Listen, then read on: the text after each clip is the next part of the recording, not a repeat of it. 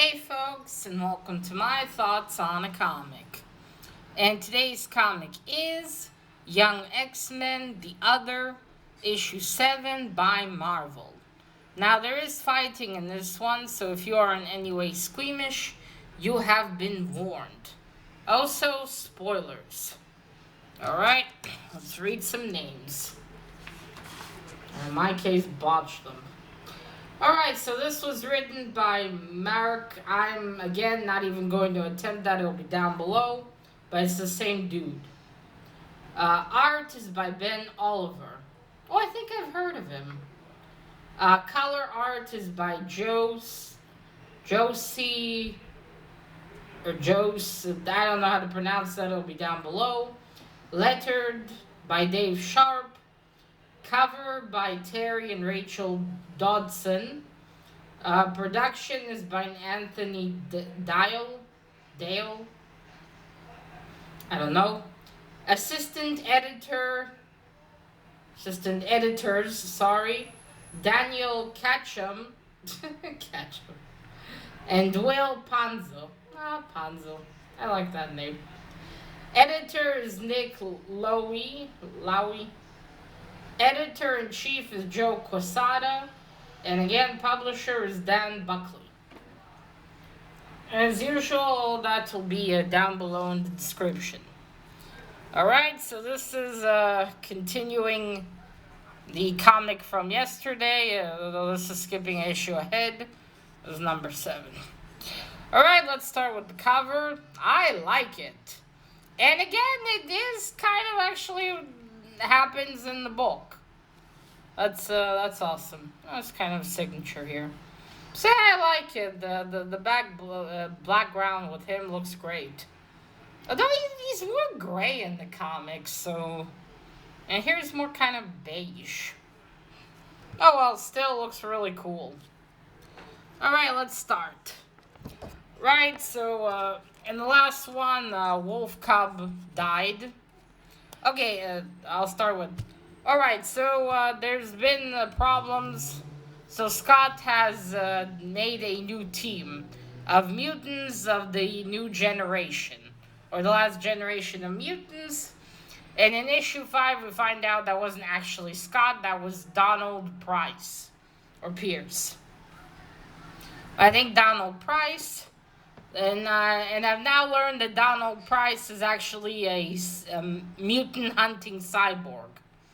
Kind of like the Terminator, but for mutants, I think.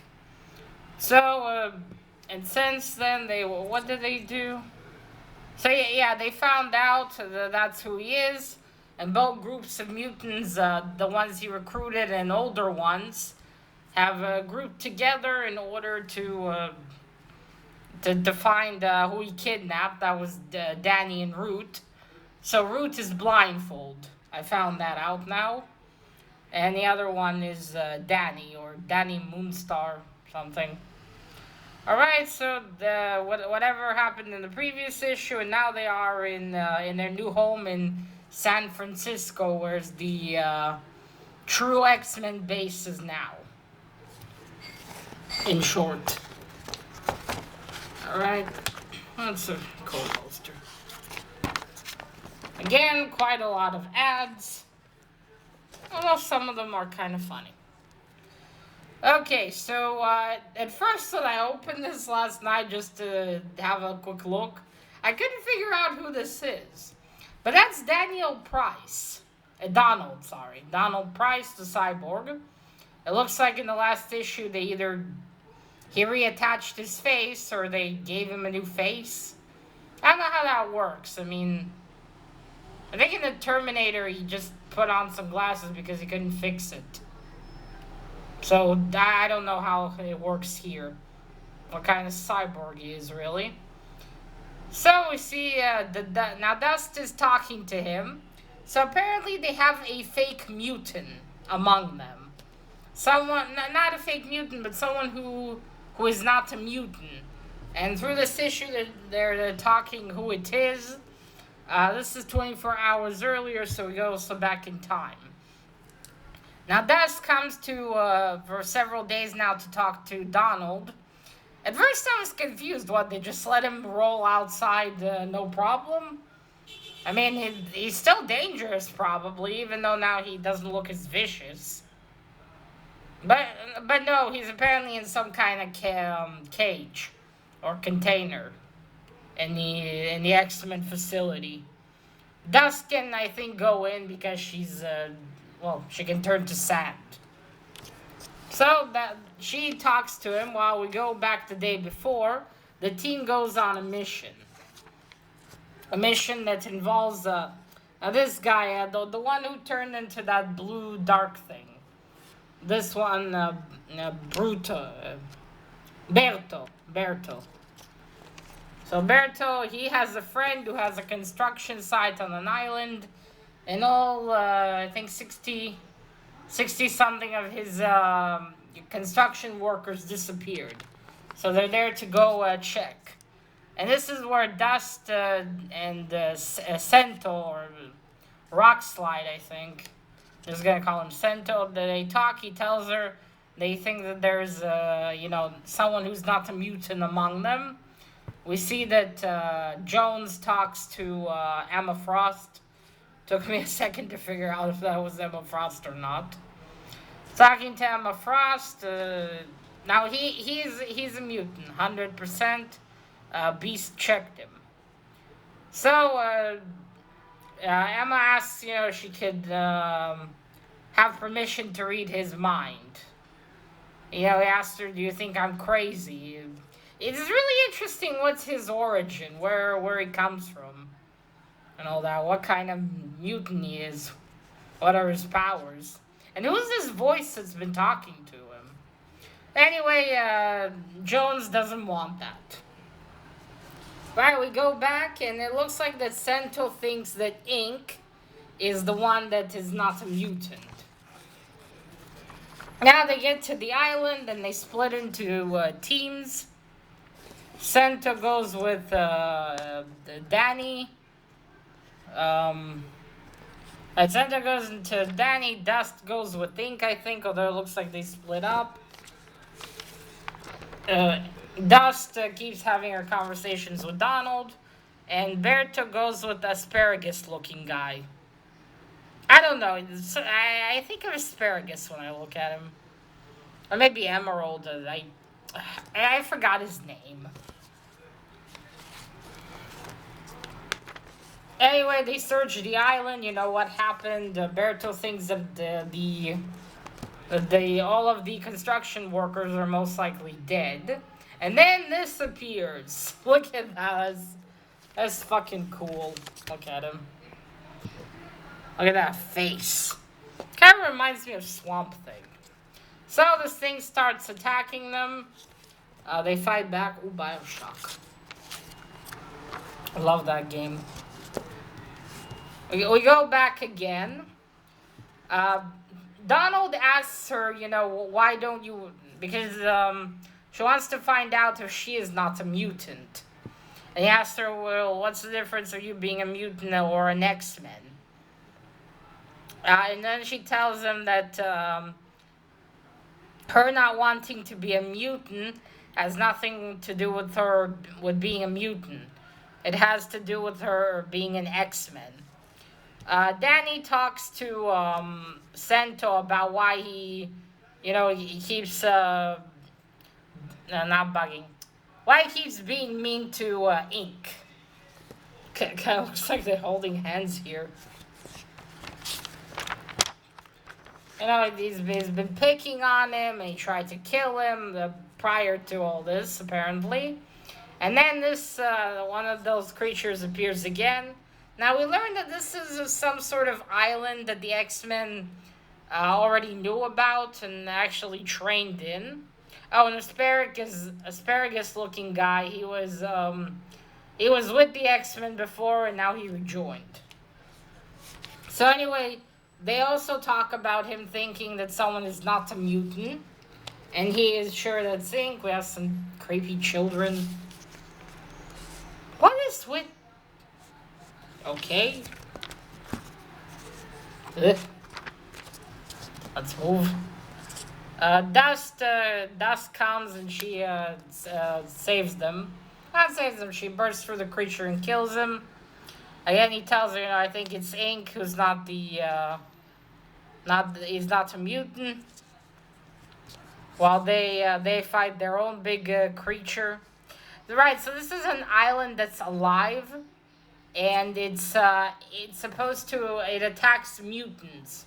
It either uses them for food or sees them as threat and kills them. This is a funny exchange here. He's Berto says, "I recognize this creature here," and the asparagus guy asks him, "Your ex-girlfriend?" I thought that was funny. So anyway, they fight, and this island, this sort of island is called Caraco. Caraco. It looks like this is another island like that. Right, we see that Ink, and here we see the hint that Ink is in fact, he is not a mutant. Because he flies towards this creature, but this creature doesn't attack him. It just leaves him be because he is in fact not a mutant. Now Ink finds all of the missing constructioners. Luckily, they're all alive because the island because they're not mutants. The island left them alone, and apparently has the power of telepathy with this, with these tattoos. The funny thing is, I thought these tattoos were, I don't know, maybe meant to represent something with speed, like the Flash, because of his costume. He has those things on his ear. Well, apparently, I was wrong. I kind of guessed it though, that with his powers. I thought though, his powers had to do something with the skin. Maybe when you tattoo something on it, it works. But no, it was close to that. So they helped them all of them off the island, and then here this part, Dust. We learn that she is dying. And she tells Donald this because he's the only one who's not gonna care if she dies. That was sad. Kind of looked like a giant boy band. So they go back, they bring people into the ship. Sento figured it out, and he asks Danny how did she know. Well, apparently they did some research. She asked Emma Frost to use cerebral. And yes, Danny is, as she says, flatline human. So they're gonna now have to break it to him. Although he's still an X-Men, right? I mean, you don't have to be a mutant to be an X-Men. So, she tells him, you're his teammate. She tells Sento. And he's about to get some devastating news. That he's not actually a mutant like he thought. So you need to be there for him. So then Donald asks Dust what is she going to do. She tells him that is her business. And then because she told him all this, he has to answer a question of, so who is not a mutant? And he tells her that that is Ink. Ink is not the mutant. We see here how Sento, is trying to be nice to him and, I guess, build a better relationship with his teammate. All right, so Dust asks him, so how did he track Ink down? Because that's how he found her and the others. He tracked them down. Also confirming to her she is a mutant. I know what she wouldn't be if she was, in fact, not a mutant. Some sort of witch? Interesting. So he tells her that yes, Ink is not a mutant, but his tattoo artist is. And we see him here. And again, we see their faces. So yes, his tattoo artist is a mutant.